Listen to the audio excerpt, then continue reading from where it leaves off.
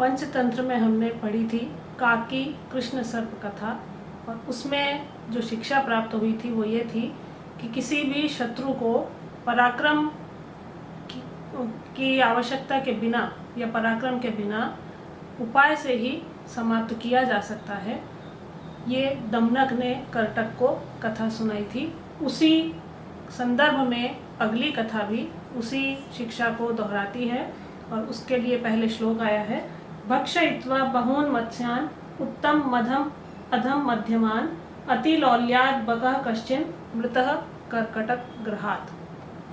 भक्षयित्वा खाकर, बहून् मत्स्यान् बहुत सारी मछलियों को, उत्तम अधम मध्यमान, उत्तम मध्यम और अधम प्रकार की बहुत सारी मछलियों को खाने के पश्चात बकः जो वक था बगुला था, अति लौल्यात् बहुत अधिक लालच के कारण, कश्चिन मृतः कर्कटक ग्रहात् किसी कर्कट के पकड़ने के द्वारा मृतः मृत्यु को प्राप्त हुआ था। अब ये अगली कथा के लिए संकेत आया है यहाँ पर कि बक कर्कटक कथा है, और अंतिम पंक्ति में यहाँ पर बक और कर्कट दोनों का उल्लेख आया है। तो क्या कथा है वो दमनक ने कर्टक को सुनाई है कि शत्रु को हराने के लिए पराक्रम या किसी शस्त्र की नहीं बल्कि उपाय की आवश्यकता है, और वो हम करेंगे और अपने स्वामी पिंगलक और संजीवक के बीच में भेद पैदा करेंगे। और ये कहानी इस प्रकार है कि एक तालाब था, उस तालाब में एक बक और कर्कट अर्थात बगुला और केकड़ा दोनों रहते थे, और बहुत सारी मछलियाँ रहती थी।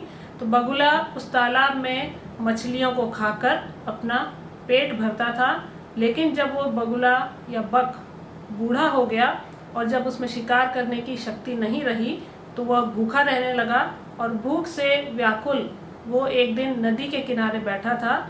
उसी तालाब में जो कर्कट रहता था, केकड़ा रहता था, उसका नाम था कुलीरक।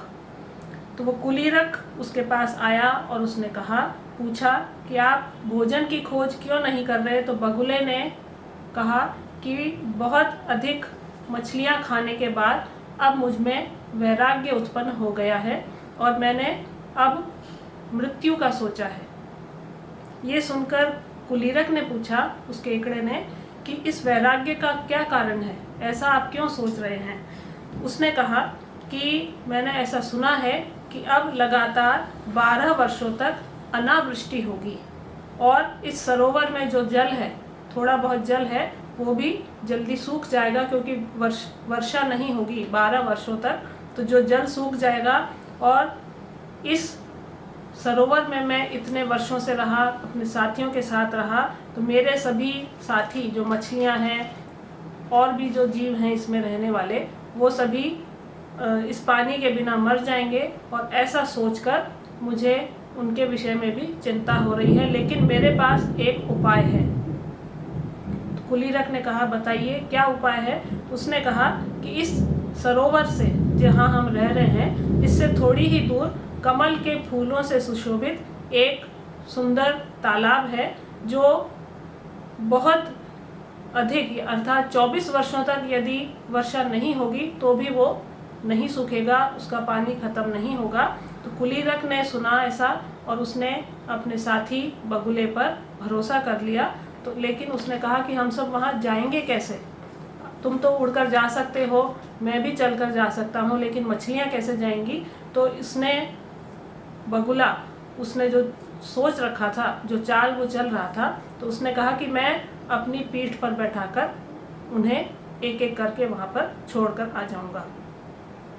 कुलीरक ने, केकड़े ने ये बात उस सरोवर में रहने वाली सभी मछलियों को बताई, और मछलियाँ सोचने लगी कि ये बगुला हमारे विषय में सोच रहा है, हमारी भलाई के लिए सोच रहा है, तो हमें इसकी बात मान लेनी चाहिए, और वो सब तैयार हो गई।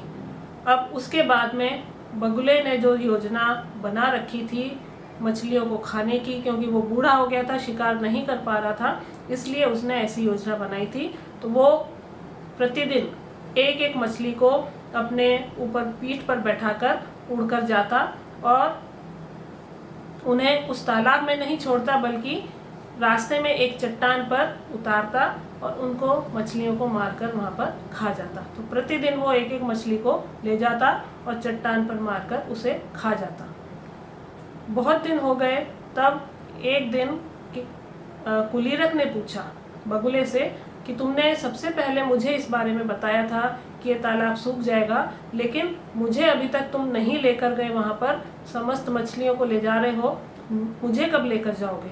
तो कुलीरक ने जब ऐसा कहा तो बगुले ने सोचा कि ये अपनी ओर से मुझे प्रस्ताव दे रहा है। इतने दिन से मैं एक एक मछली को ले जा रहा हूँ और मछलियों को खाकर मैं ऊब गया हूँ, और ये जो कुलीरक है, केकड़ा है, इसको खाऊंगा तो मुझे बहुत अधिक दिनों तक भोजन मिलता रहेगा, तो आज मैं इसे ही ले जाता हूँ। तो उसने कहा कि तुम मेरी पीठ पर बैठ जाओ, मैं तुम्हें उस सरोवर में छोड़कर आता हूँ। ऐसा ही किया, कुलीरक उसकी पीठ पर बैठ गया और बगुला उड़ने लगा। जब वो उड़ रहे थे तो आगे जाकर कुलीरक ने नीचे चट्टान पर देखा कि मछलियों की बहुत सारी हड्डियां वहाँ पर पड़ी हैं। तो कुलीरक देखते ही समझ गया। उसने बगुले से कहा कि तुम बहुत थक गए होगे, मैं बहुत भारी हूँ, मुझे पीठ पर उठाकर उड़ रहे हो, तो ऐसा करो, थोड़ी देर विश्राम कर लो, इस चट्टान पर यहाँ उतर जाओ। वहाँ जैसे ही वो उतरा, उसने कहा कि उस कुलीरक ने समझ लिया था कि इसने ऐसा किया है कि मछलियों को सरोवर में नहीं छोड़ा बल्कि उनको मारकर यहाँ पर वो खा गया है।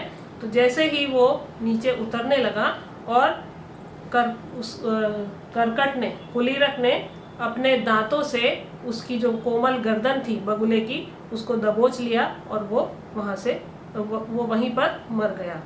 इसके बाद जो कुलीरक था वो उस बगुले की गर्दन को लेकर धीरे धीरे पुनः उसी जलाशय पर पहुंचा जहां पर मछलियां थी। सभी ने पूछा कि बगुला कहाँ है, क्या हुआ ये? तब उसने सारी बातें बताई कि ऐसा ऐसा हुआ कि उसने मछलियों को उस सरोवर में नहीं पहुंचाया बल्कि वो तो उन्हें रास्ते में ही मारकर खा जाता था, और इसलिए मैंने ऐसा उपाय किया और इसे जैसा इसने कर्म किया था वैसा इसे फल प्रदान किया है। तो कुलीरक ने कहा सभी मछलियों को कि तुम्हें कोई घबराने की बात नहीं है। उसने जो कहा था कि 12 वर्षों तक अनावृष्टि होगी, वो सब झूठ था। तुम आराम से इस जलाशय में, सरोवर में रह सकती हो।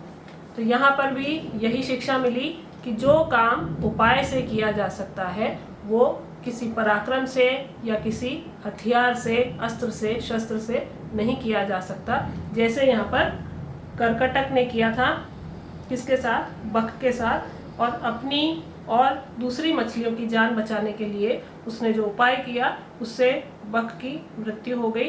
किसी पराक्रम की आवश्यकता नहीं हुई, किसी शस्त्र की आवश्यकता नहीं हुई। तो इसलिए कहा गया है कि बुद्धि के उपयोग से और उपाय करने से पराक्रमी शत्रु को भी परास्त किया जा सकता है और स्वयं के जीवन की रक्षा की जा सकती है।